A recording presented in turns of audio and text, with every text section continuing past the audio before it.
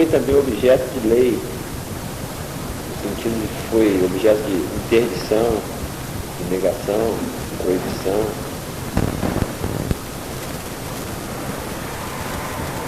Mas o curioso é que ele tenha sido também objeto de verdade e falsidade.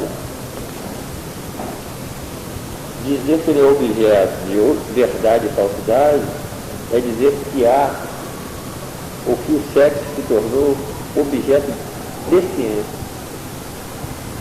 E sobre o sexo, vamos dizer assim, apoderou-se do sexo uma vontade de saber, um interesse de conhecimento científico do sexo.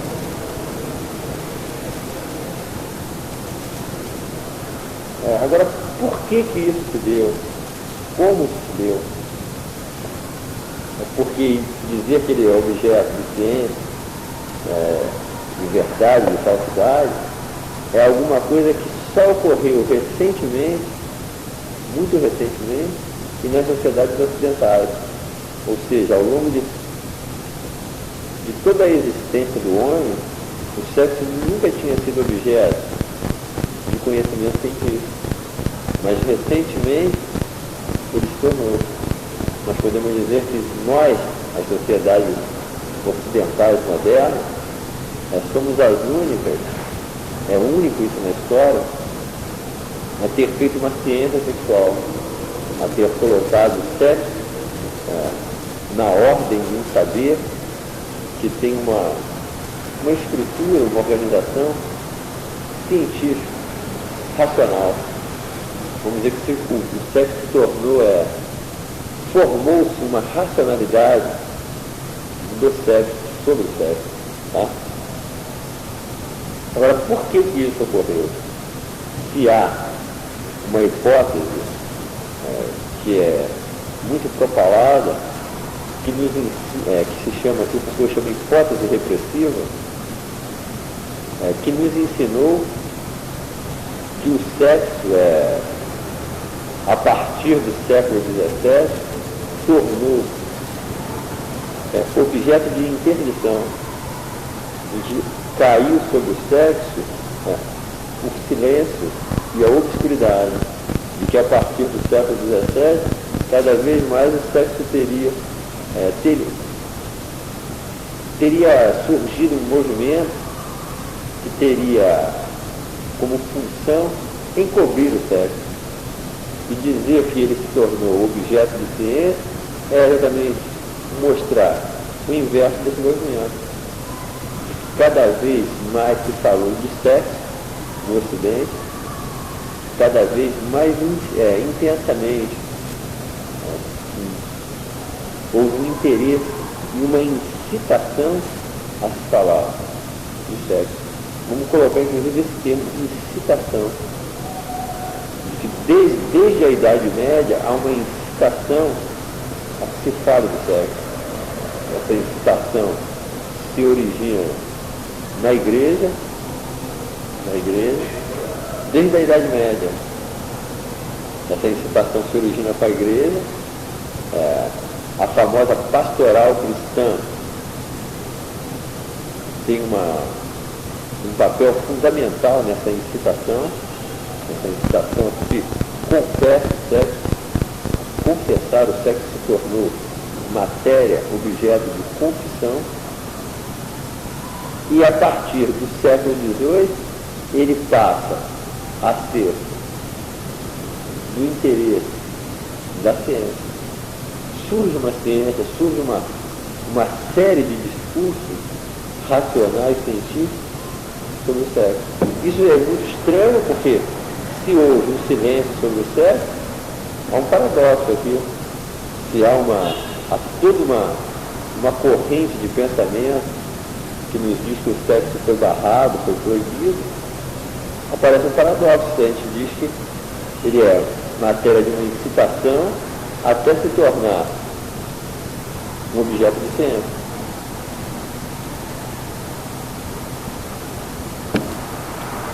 Ele ter se tornado objeto de ciência é inseparável do interesse que os poderes públicos desenvolveram pelo sexo. Então, o sexo, nós podemos dizer que ele se tornou interesse dos poderes públicos. Tá bem? Então, sexo e poder, ou poderes públicos, vão fazer encontro. E os poderes públicos vão, a partir do século XVIII, ter um interesse cada vez mais intenso, mais apurado sobre o sexo.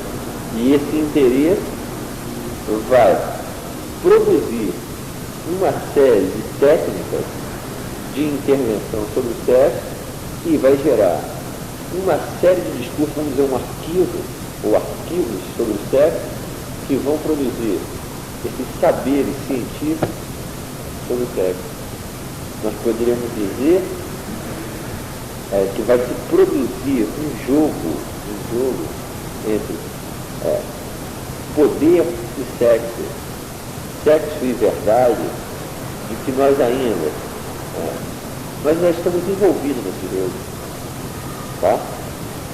E esse jogo, ele vão ser os poderes públicos que vão inaugurar esse jogo. Tá bem assim? Tá bem, né, Cavalo?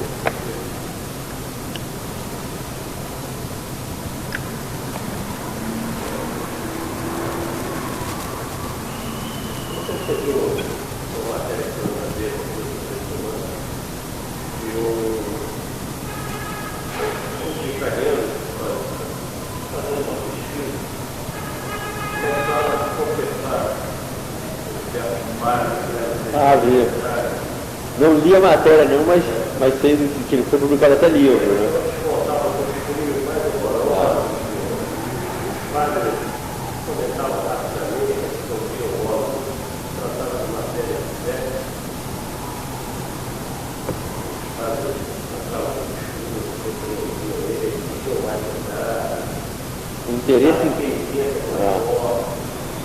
Um interesse muito grande da igreja.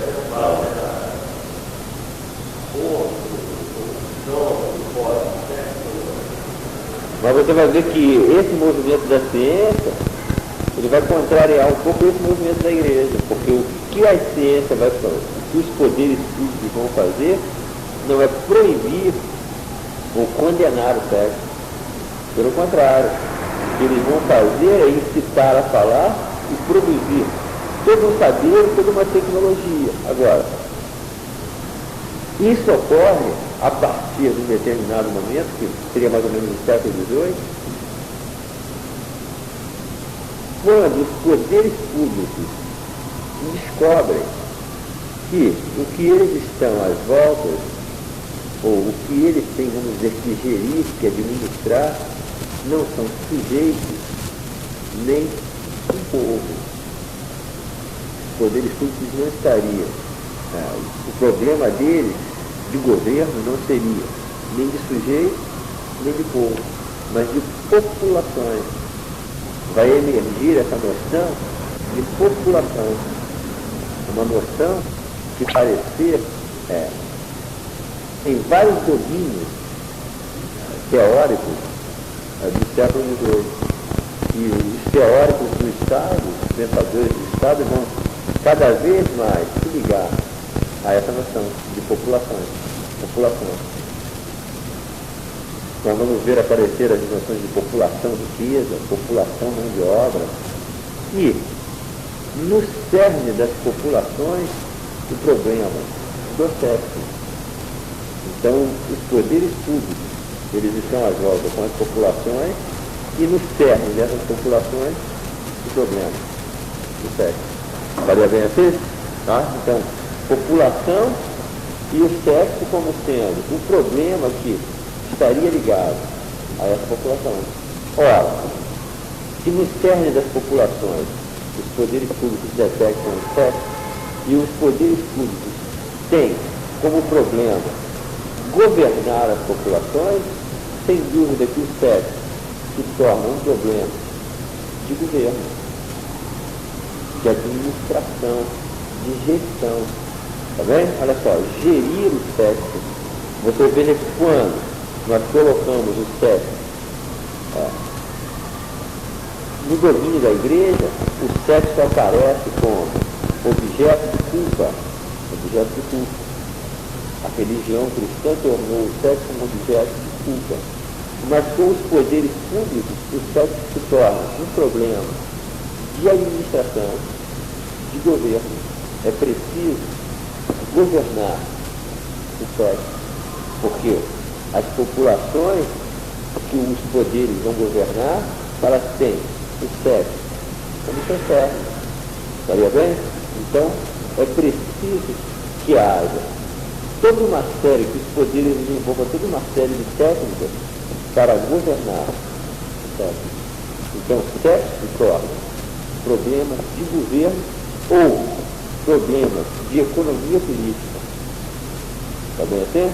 Olha só, o sexo vai se tornar um problema de economia política, porque ele é uma matéria a ser gerida, a ser administrada, a ser governada. Vê se está bem, Eduardo. Tá?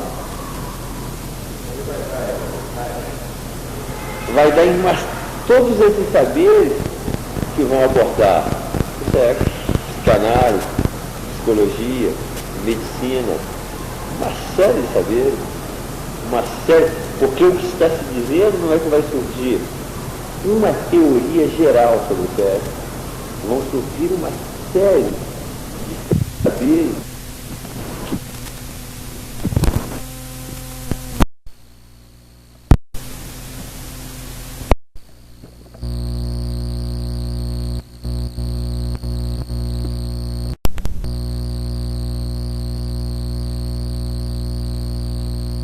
analisando, o que ele está trazendo à luz seria o surgimento de uma teoria geral sobre o sexo. Não seria isso. O que está ocorrendo é a proliferação, a produção de uma série de saberes. Saberes médicos, saberes psicológicos, psiquiátricos, psicanalíticos, sobre o sexo. Inclusive vai surgir uma figura que é a invenção do Estado, que é a polícia. Mas a polícia, quando ela emerge, ela não tem essa função repressiva de manter a ordem, como nós conhecemos hoje, a polícia estaria muito mais ligada à administração das forças individuais e coletivas, seria uma instituição, seria uma organização de poder visando a administração de forças, tanto dos indivíduos como das coletividades. Então nós vamos ver surgir toda uma polícia de sexo, porque o sexo tem que ser administrado. Está bem assim? Porque ele se tornou matéria de governo. Eu falei que o sexo se torna objeto de um discurso racional, de uma racionalidade. Vai se desenvolver uma racionalidade sobre o sexo. Mas quando nós tocamos nesse tema racionalidade no pensamento de Michel Foucault, nós precisamos entender que Foucault, ele não, em momento nenhum, Foucault acredita, Foucault se coloca ao lado de uma teoria que colocaria a razão, essa faculdade razão, como sendo a responsável pela produção de saberes. É por isso que ele usa essa noção de racionalidade. Porque o que Foucault está dizendo é que as racionalidades, esses discursos racionais, essas racionalidades que vão se produzir, elas têm como origem os poderes ou as relações de poder. Veja bem, são relações de poder que vão produzir racionalidade. Não seria uma razão que estaria fora da história, que descobriria, como foi isso aí? Descobriria os objetos, lançaria sobre os objetos a sua luz e revelaria a sua verdade. Não é isso. Quando determinadas técnicas de poder se apoderam do sexo, que surge as racionalidades, ou que o sexo se torna racional. Porque é preciso, os poderes entendem que é preciso desenvolver toda uma série de técnicas no que diz respeito ao governo das populações. O sexo aparece como um problema essencial aí. E é preciso, então, colocar o sexo num discurso racional e científico. E é isso que os poderes vão fazer. Racionalizar o sexo para administrá-lo. Vê se é um problema de utilidade. De utilidade. Exatamente o que os poderes vão fazer a partir daí é uma investigação no governo do sexo, levando em consideração a sua utilidade, a sua periculosidade. Tudo isso se torna interesse dos poderes. É exatamente isso. Não sei também.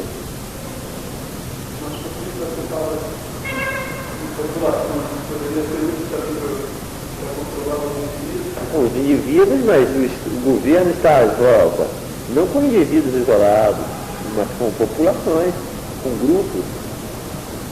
São grupos que residem no mesmo local, que trabalham no mesmo local, que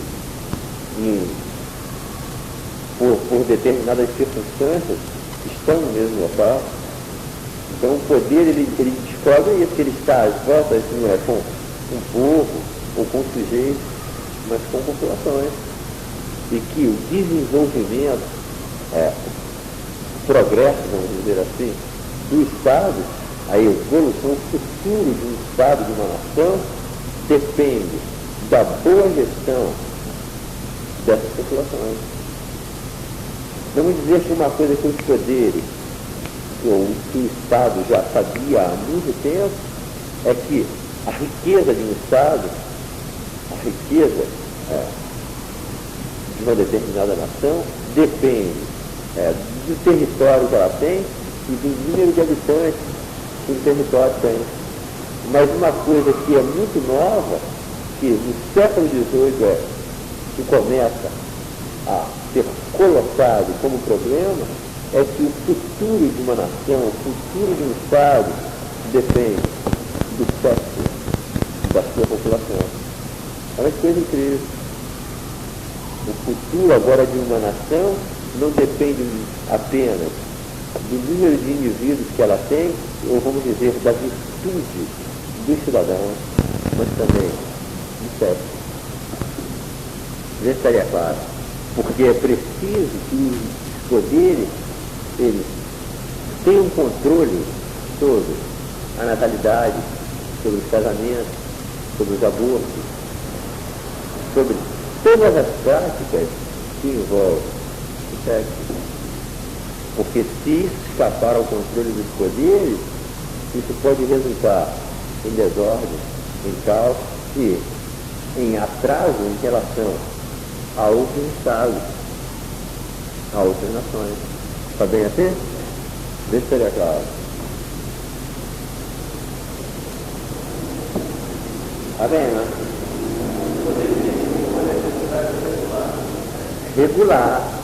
Regular as populações através do sexo.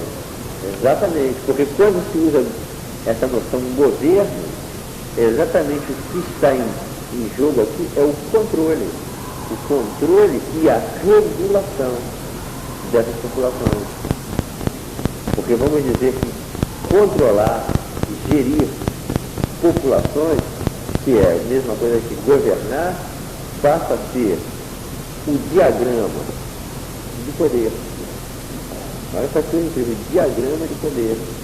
Gerir, controlar, não só os indivíduos, mas também as populações. Está bem assim? É um problema de controle, de gestão. É exatamente isso.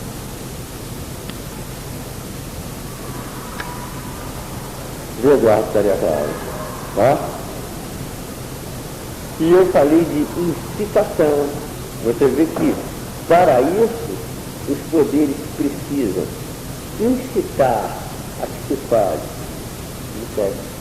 Ou seja, o poder, se ele é incitador, ele não pode ser opressor. Ele é incitador, há uma incitação. Aqui que está toda a originalidade do Foucault quando ele fala do poder, é isso, é que há uma incitação, o poder excita a que se fale no sexo. Que seria a mesma coisa que dizer que o poder excita a que se confesse cada vez mais o sexo, que tudo que acompanha, que envolve o ato sexual. Está bem aqui? Veja só, a confissão torna-se então um instrumento, um equipamento dos poderes na gestão do sexo. Isso estaria claro. E a confissão, ela tem origem religiosa. Olha só, a confissão é uma... Ela nasce religiosa, mas vai se tornar alguma coisa que vai estar na base da produção científica de verdade sobre o sexo. Porque não é claro, se nós digamos...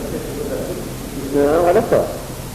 Eu digo assim, os poderes excitam a que se fale de sexo. Os poderes estão incitando e excitando uma confissão sobre o sexo. Se confessa. E a confissão é uma técnica de poder que foi inventada pela igreja. Foi a igreja quem inventou essa técnica de poder. Ela desenvolveu essa técnica a partir do século XIII. E a igreja fez, ainda até hoje faz uso dela, até hoje ela ainda acompanha a máquina religiosa, a máquina da igreja. Faz parte do funcionamento da igreja a confissão. Mas ela, a partir do século XVIII, ela passa também a ser um equipamento dos poderes públicos. Olha que coisa incrível. A confissão, ela está na base de todos esses discursos que vão se produzir sobre o sexo. Não se poderia constituir um saber sobre o sexo sem a confissão. Vê se estaria bem. Estaria bem? Tem uma relação penitente, vamos dizer, com o confessor. Tem uma relação daquele que confessa a uma autoridade a quem ele confessa. O que vai ocorrer é que, a partir do século XVIII, nós não vamos confessar, e cada vez menos vamos confessar as autoridades religiosas, e cada vez mais vamos confessar as autoridades científicas. Não sei também. Vai surgir toda uma construção do sexo que ela tem a forma científica, tem a organização científica. Vê se também está ouvindo? A confissão é uma técnica de poder. Não sei se também. É uma relação de poder. Ou seja, na base do saber sobre o sexo, nós encontramos uma técnica que é a confissão. Inclusive, vai haver uma proliferação dessa forma, dessa tecnologia confissão. Até a literatura vai assumir esse tipo, vai assumir essa forma. Cada vez mais vão proliferar os escritos de uma literatura que tem a forma de confissão. Vão surgir as confissões, os diários, uma prática incessante de confissão. Não sei se está bem. Vê se estaria claro. Uma incitação a que se fale sobre o sexo, a que se fale sobre as suas obsessões, os seus sonhos, os seus desejos. Não sei se estaria bem. Zé Eduardo, está bem aqui? Ou não? Olha o que o Foucault está dizendo, que nós somos incitados, que os poderes não cessaram, e desde o século XVIII e até hoje, a nos incitar a falar de sexo. Seriam dispositivos de poder que produziriam isso. E que sem isso não poderia ter surgido a racionalidade do sexo. Nesse também. Tá bem? Então, olha só, nós temos populações, sexo como problema de economia política, corrupção e os saberes sobre o sexo. A racionalidade. Mas um poder que se exerce dessa maneira não pode ser pensado como um poder nos moldes, nos modelos feudais. O que eu estou chamando de modelos feudais ou medievais? Um poder que tinha, vamos dizer, como seu fundamento o confisco. Vamos dizer que o poder feudal, o poder medieval, ele tinha como seu fundamento o confisco. O Estado era uma máquina de confisco. Ele tinha mecanismos de subtração, de extração de riquezas, de trabalho, de tempo, e até da vida. Em último caso, o poder poderia até confiscar a vida, vamos dizer, dos seus filhos. Vamos dizer que esse poder, que tem um modelo do confisco, é um poder que nós poderíamos colocar na relação soberano e súdito. Está bem? O príncipe e os seus súditos. O soberano e os seus súditos. Então, essa máquina, esse poder, ele se exerceria, sobretudo, por confisco. Está bem assim? Ele teria, vamos dizer, o seu objetivo maior no confisco. Seria uma máquina de confisco,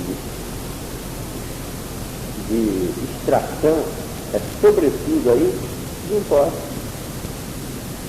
Vamos dizer que esse poder ele se exerceria de uma maneira descontínua, de uma maneira externa, produzindo esses mecanismos de conflito. Agora, um poder que visa administrar populações vivas não pode agir dessa maneira. Então vamos dizer que, a partir do século XVIII, o confisco passa a ser um elemento, entre outros, poderes, ou uma maneira de se exercer, entre outras, poderes. Mas vão surgir uma série de exercícios de poder que não tem nada a ver com o confisco de riquezas, com tributação, e não seria um poder que se exerceria como esse poder feudal, como esse poder do príncipe soberano, por decreto. Ele é um poder que vai se exercer sobre a vida, no interior da vida, sobre os corpos. Olha só, então nós temos um poder que ele vai se centrar na vida. Esse estaria bem. Ele vai agir diretamente sobre a vida e vai colocar a vida dessas populações que ele vai governar como sendo a sua finalidade. Essa vida será interesse dos poderes, melhoria de vida, aumento da duração de vida, olha só, majoração, vamos dizer, maximização das forças da vida. Está bem assim? Presta atenção, um poder que não, a questão dele não seria dobrar, reprimir as forças da vida, mas maximizá-las, majorá-las, intensificar essas forças. Vê se seria bem. Isso. Como força positiva e tendo como objeto do seu governo, forças. A hora que eu estou dizendo o poder não vai governar sujeitos, súditos, um povo, o que ele vai governar são as forças vivas, as forças da vida. Isso ficaria claro. Porque essas populações são populações de seres vivos, de vida aqui no sentido biológico. Isso ficaria claro. Esse poder ele vai governar, ele vai se dirigir às forças da vida. E para isso, ele vai desenvolver todo um aparato técnico e científico. Necessariamente. Um poder que age sobre a vida, olha só, um poder que vai agir sobre a vida como vida biológica, não pode ter um poder que se exerça em